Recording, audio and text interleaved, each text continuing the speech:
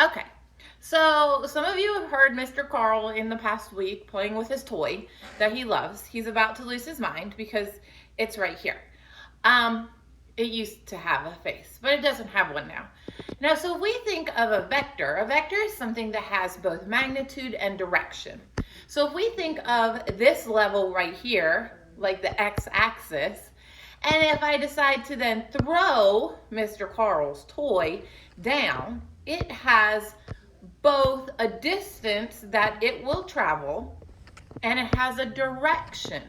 The distance that it travels is its magnitude, and the direction is either, you could say, like southeast, or you can be even more specific and you could say 45 degrees.